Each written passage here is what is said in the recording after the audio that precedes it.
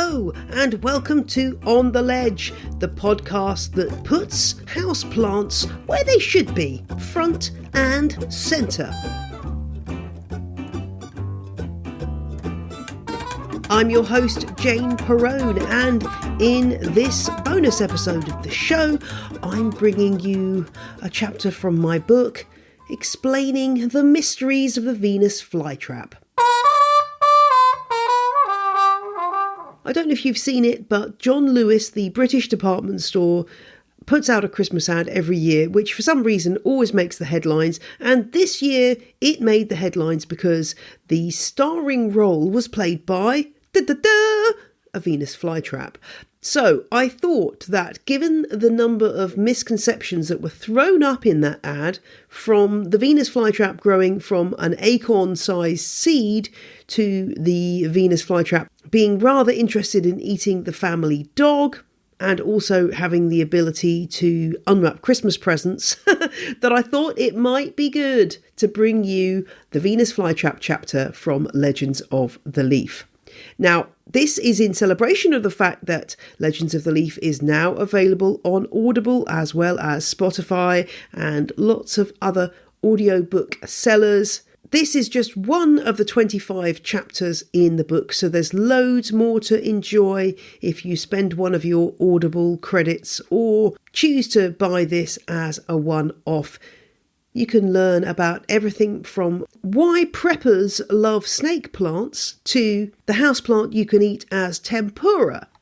If you visit janeperrone.com and click on books in the top right hand corner, you can go and find all the ways you can get hold of a copy of Legends of the Leaf, either in physical form or as an audiobook. All the links are there. Or you can be like new patron Joseph, who became a super fan this week, unlocking extra access to the Legends of the Leaf audiobook in full, as well as my Allotment Keeper's Handbook audiobook in full, and loads of other benefits. But in the meantime, let's listen to the Dionaea muscipula chapter.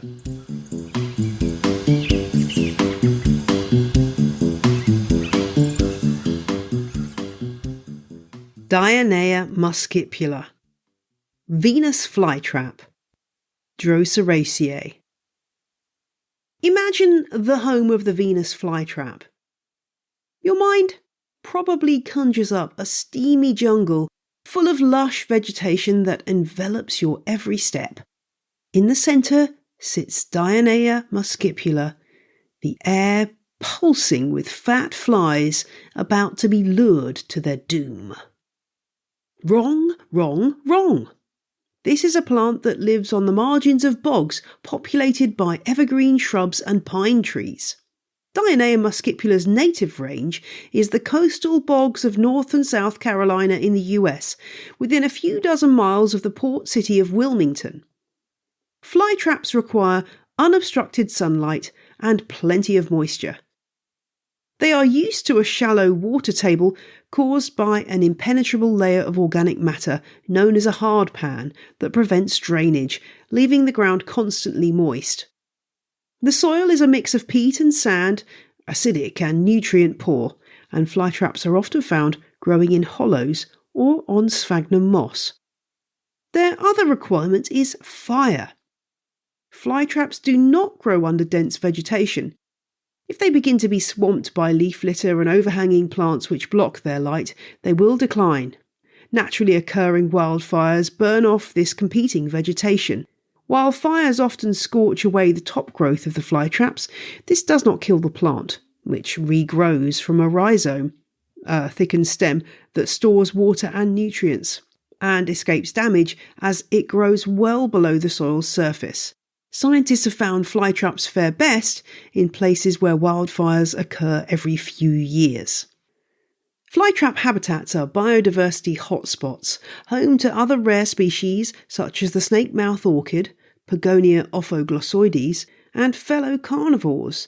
The North American pitcher plants, Sarracenia flava and Sarracenia purpurea, the thread-leaved sundew, Drosera filiformis, and the round-leaf sundew, Drosera rotundifolia. The flytrap is teetering on the edge of extinction in the wild. It is listed as vulnerable on the International Union for Conservation of Nature's Red List of Threatened Species. Current estimates put the number of flytraps left in the wild at less than 500,000, just 2% of their estimated original population size. There are multiple threats: encroachment by building development, agriculture and logging, wetland drainage and continued poaching. It is now a felony to poach Venus flytraps in North Carolina, but it is a difficult crime to detect as thousands of plants can be taken from the ground in a short time. As human development closes in, there's another issue.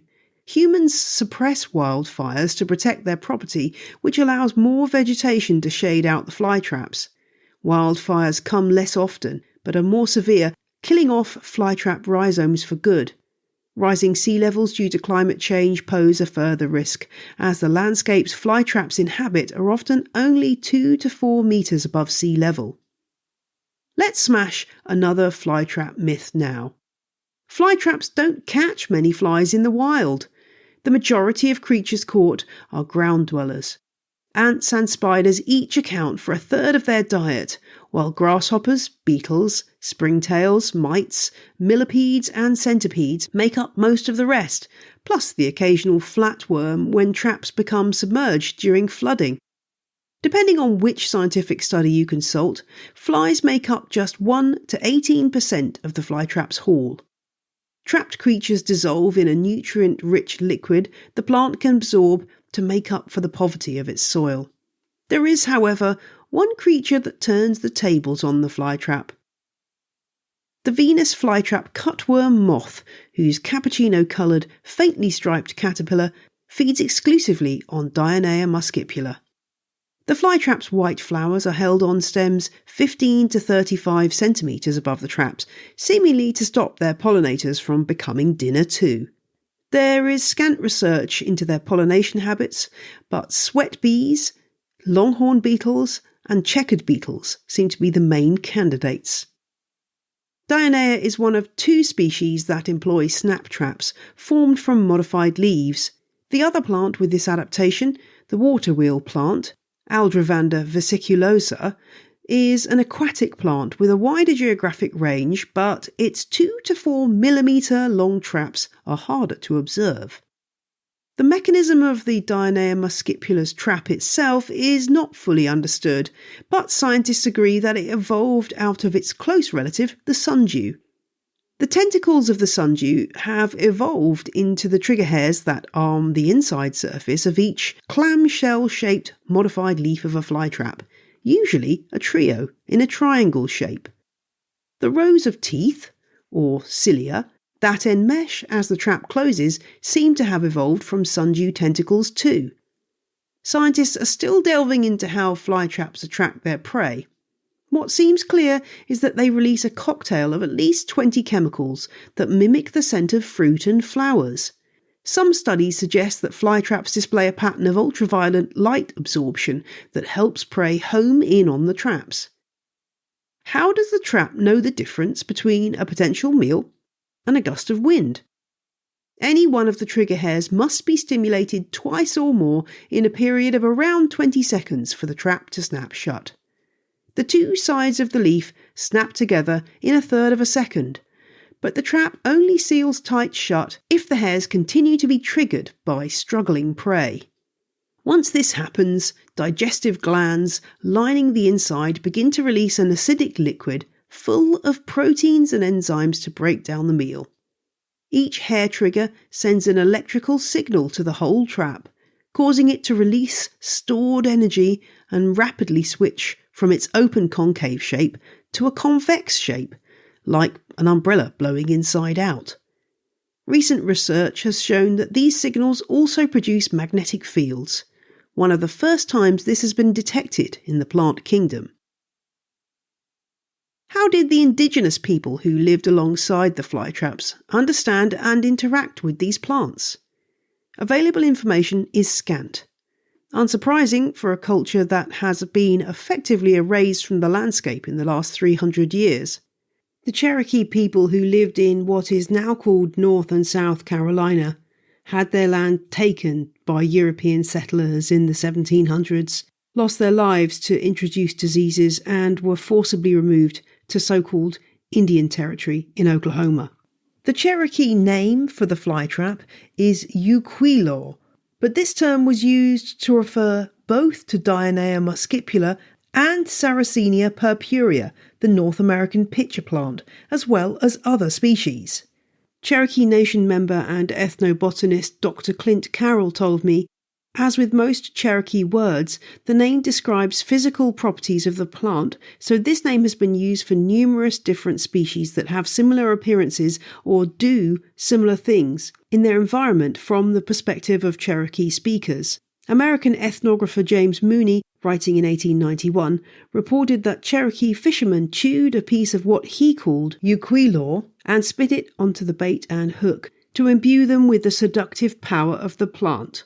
This corresponds with the words of J.T. Garrett, a member of the Eastern Band of the Cherokee from North Carolina, who notes in his book, The Cherokee Herbal, Native Plant Medicine from the Four Directions, that the root of the plant was chewed out and spit on the worm or bait. Garrett writes that the flytrap is classed as a special medicine that was just not talked about to anyone. Indigenous plant knowledge was, and still is, prized and therefore not dispensed lightly. As Dr. Carroll puts it, the adage, knowledge is power, has literal meaning for Cherokees. The man who first brought the Venus flytrap to world attention was Scottish-born politician and landowner Arthur Dobbs, who lived in Carrickfergus on the island of Ireland. Dobbs set out for the US in 1754 after Britain appointed him governor. In 1759 he wrote to British naturalist Peter Collinson, "We have a kind of catchfly sensitive, which closes upon anything that touches it. I will try to save the seed here." The Venus flytrap first made landfall in Britain in July 1768 in a shipment of moss-wrapped plants imported by William Young, an American plant collector. This prompted feverish excitement from British naturalists hoping to get their hands on a specimen. Dobbs's friend Collinson wrote, "I am ready to burst with desire for root, seed or specimen of the waggish tippity-witchet."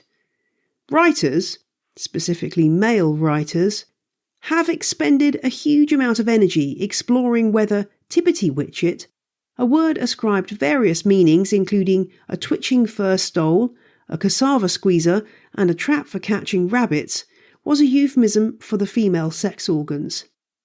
The flytrap's glistening red interior, fringed with tooth-like hairs, does certainly conjure up the myth of the vagina dentata, as Freud dubbed it.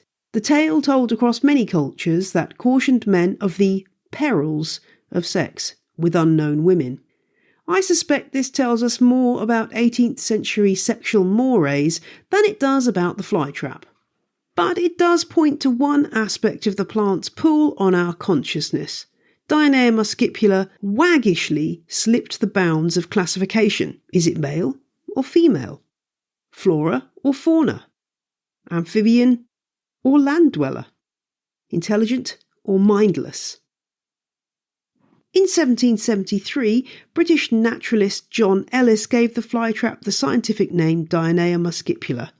Ellis claimed that this was due to the beautiful appearance of its milk-white flowers and the elegance of its leaves.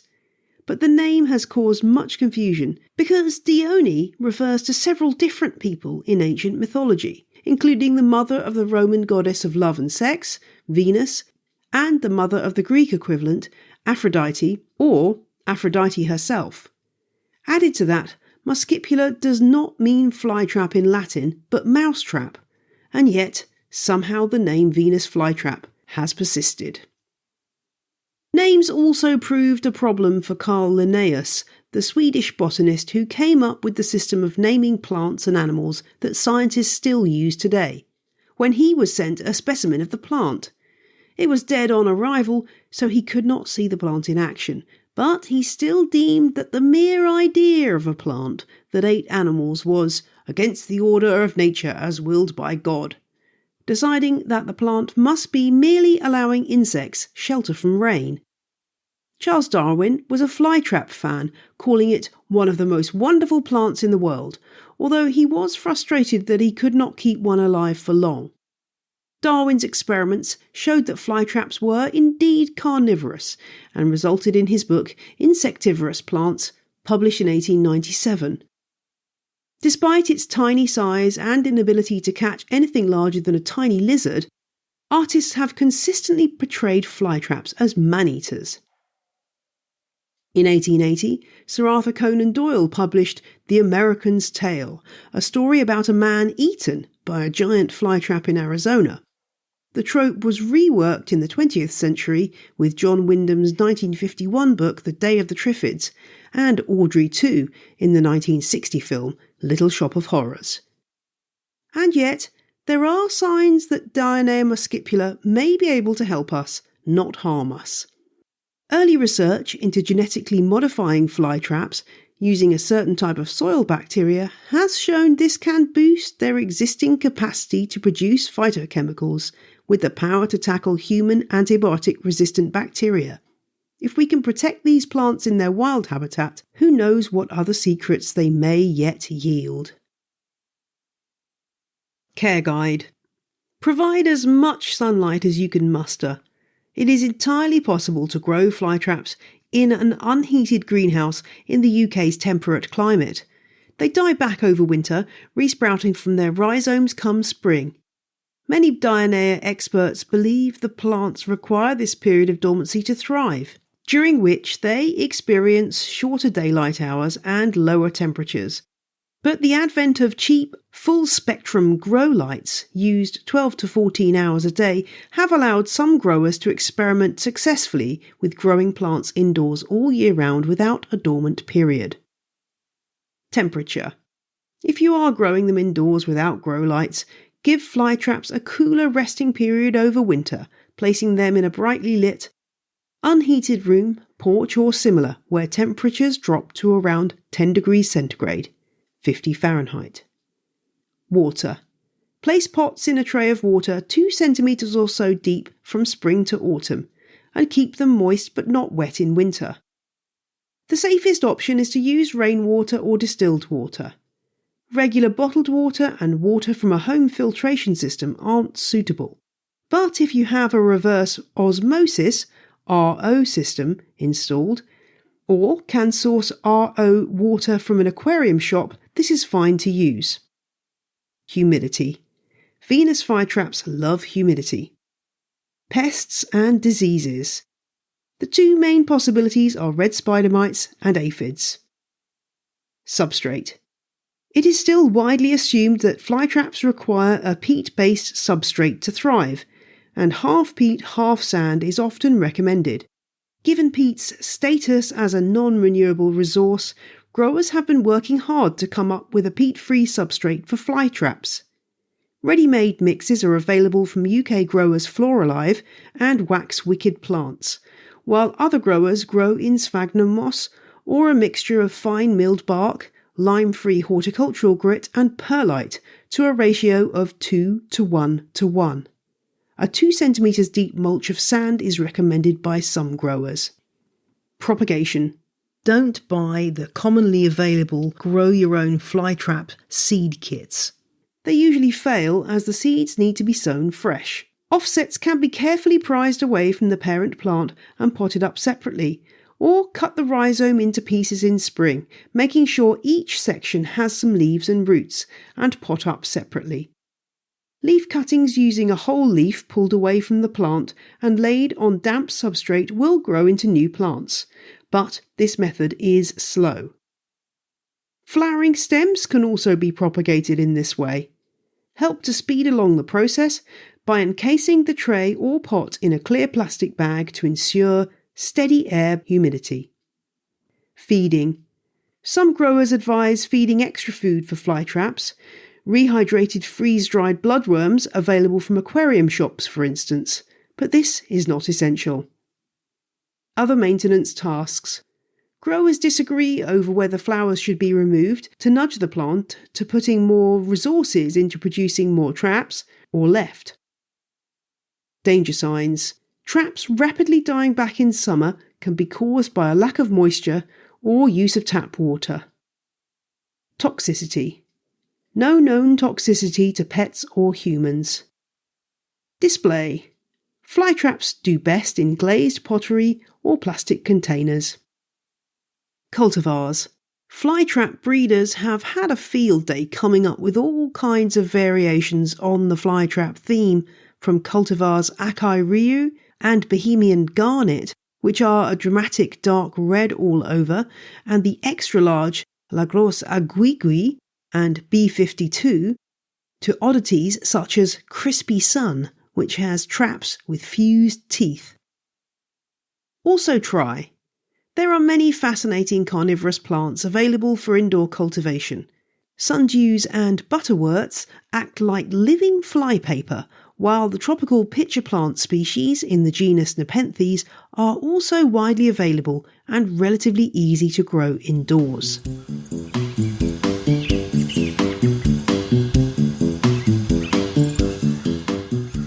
So that's the Venus flytrap. I hope you enjoyed that chapter. And if you're interested in the research papers and books that helped me write this chapter and the rest of Legends of the Leaf, head over to janeperrone.com/legends research, where you can see all of that information in one place. And if you liked what you heard, there are another 24 chapters of the book to enjoy via your audiobook app of choice, including Audible and Spotify. All of the links are at janeperrone.com/legends-of-the-leaf. And now we have time for a short question of the week. This one came from Anna, who is in Croatia and wanted to know about online education about houseplants. So courses, masterclasses about houseplants. Where can you learn more? Well, of course, I'd say the first place to learn is on the ledge.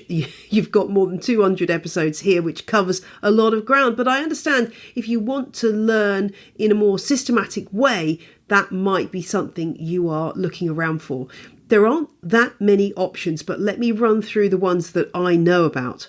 UCLA Extension in California runs an indoor plants care and maintenance course led by Leslie Hallock, who is a guest of the show and an expert horticulturist. So you can do this course online, and it covers plant choices, watering, pruning, disease, naming and identifying plants. I will put links in the show notes to all of these. There is a class starting on January the 9th, and it runs, I think, for 11 weeks. So that is an option if you want to expand your skills. Certainly that is a good option. It's online, so you can do it from anywhere in the world, and there are various different elements to the course. So that's an interesting one. And UCLA also runs a general botany for gardeners course as well. So those are a couple of options which might be worth knowing about.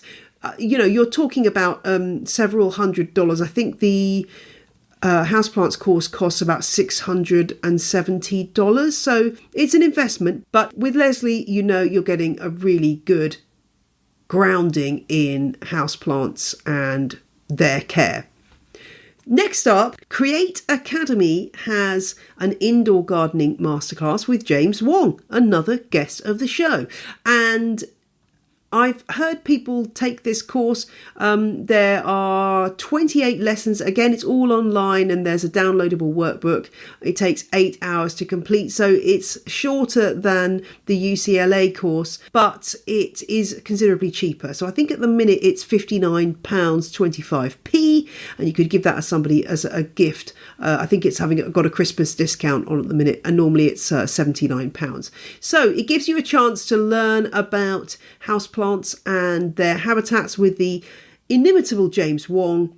And it also has lots of hands-on projects, the kind of thing that James Wong loves to do, like kokedama, paludariums, aquascaping, terrariums, and so on. So I think if you're into that style of houseplants, that would be a really good course to study. If you want a general grounding in horticulture with a houseplant element, the RHS Level 2 course is something to have a look at.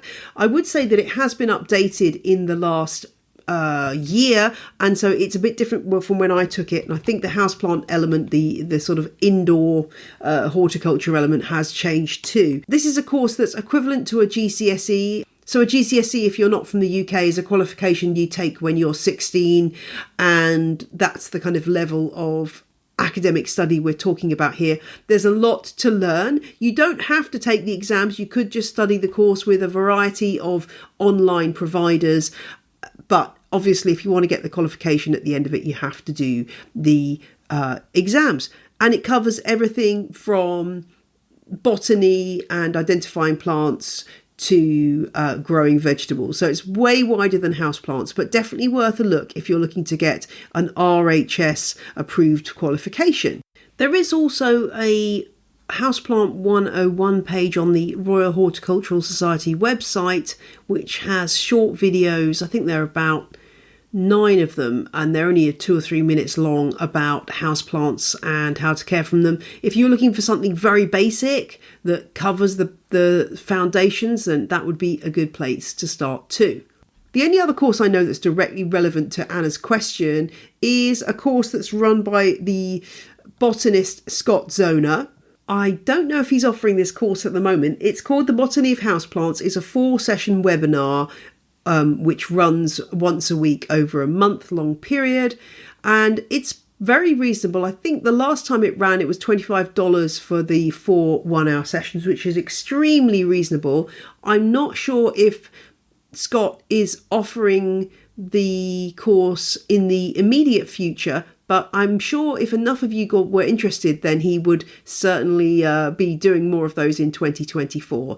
So again, I'll put as much info into the show notes as I can. But yeah, there isn't really one particular course that I would recommend. It depends what you're looking to get out of it. And there may be courses in other countries that I don't know about, and do fill me in if you know of any other houseplant courses that are worth including in this roundup. Thanks for your question, Anna, and I hope that helps a little. And maybe there's a houseplant course that doesn't exist that you would like to take. Tell me about what it would be, and maybe that's something we can look at for 2024. I'd also love to know if people would be interested in a Zoom workshop about how to read a scientific paper. Would that be something that would be interesting to you? If I can get enough people interested, I'd love to run this, just an hour-long Zoom workshop about how to demystify the world of academic papers if you want to get into that kind of stuff. Shoot me an email or a message if you're interested. If I get enough interest, I will certainly run that sometime in spring 2024. One other little soupçon of housekeeping.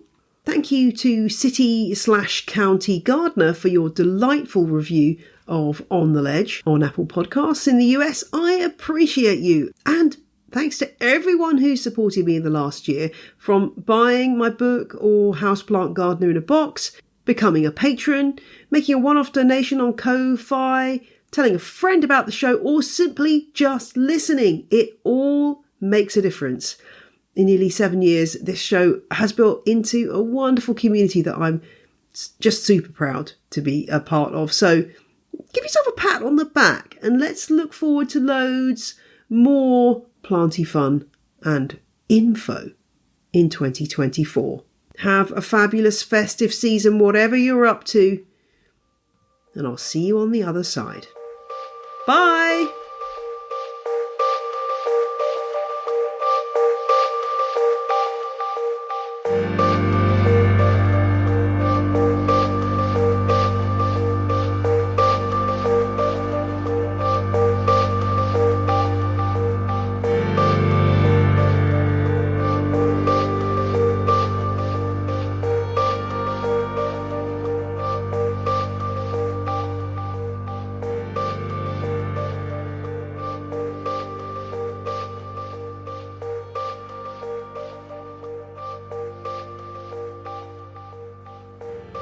The music you heard in this episode was Roll Jordan Roll by the Joy Drops, The Road We Used to Travel When We Were Kids by Komiku, and Namaste by Jason Shaw. All tracks are licensed under Creative Commons. Visit the show notes for details.